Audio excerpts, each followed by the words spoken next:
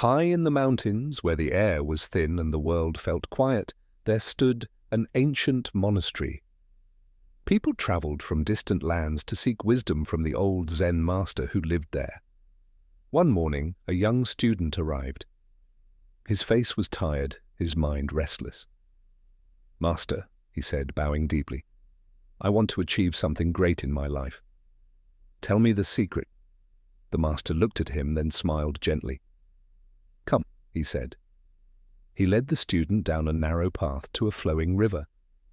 The water moved steadily, soft yet powerful, shaping the rocks beneath it. The master picked up a small stone and placed it in the student's hand. "Hold this," he said. The student obeyed. "Now," the master continued, "throw it into the river." The student did so. The stone sank instantly and disappeared. "What do you see?" the master asked. "Nothing," the student replied. "It's gone." The master nodded. Then he pointed at the river. "And yet the river remains." The student frowned, confused.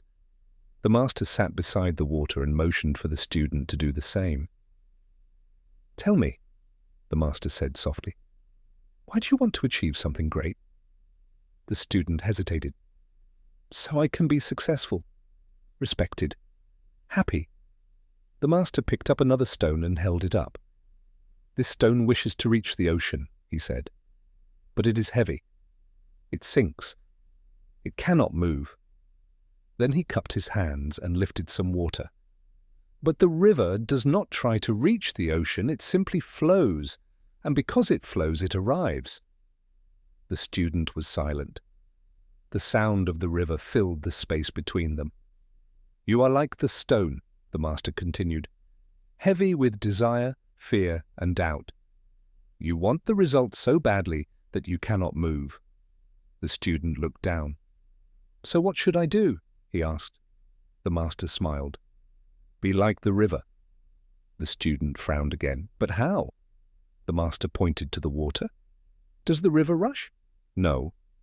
"Does it stop when it meets a rock?" "No, it flows around it." "Does it worry about how far the ocean is?" "No." The master nodded. "And yet, it never fails." The student watched the water more closely now. He noticed how it moved, calm, patient, unstoppable. "In life," the master said, "you do not achieve greatness by forcing it. You achieve it by moving every day without resistance." "Small steps?" the student asked. "Continuous steps," the master corrected gently. The student closed his eyes.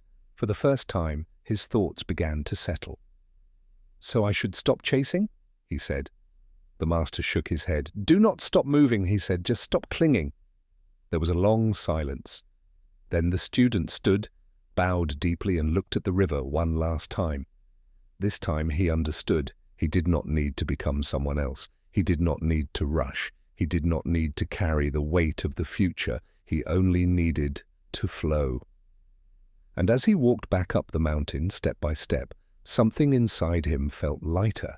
Not because his journey was finished, but because he had finally begun it the right way. Moral: you can achieve anything, not by force, not by stress, but by steady, patient movement. Like the river, if you keep flowing, you will reach your destination.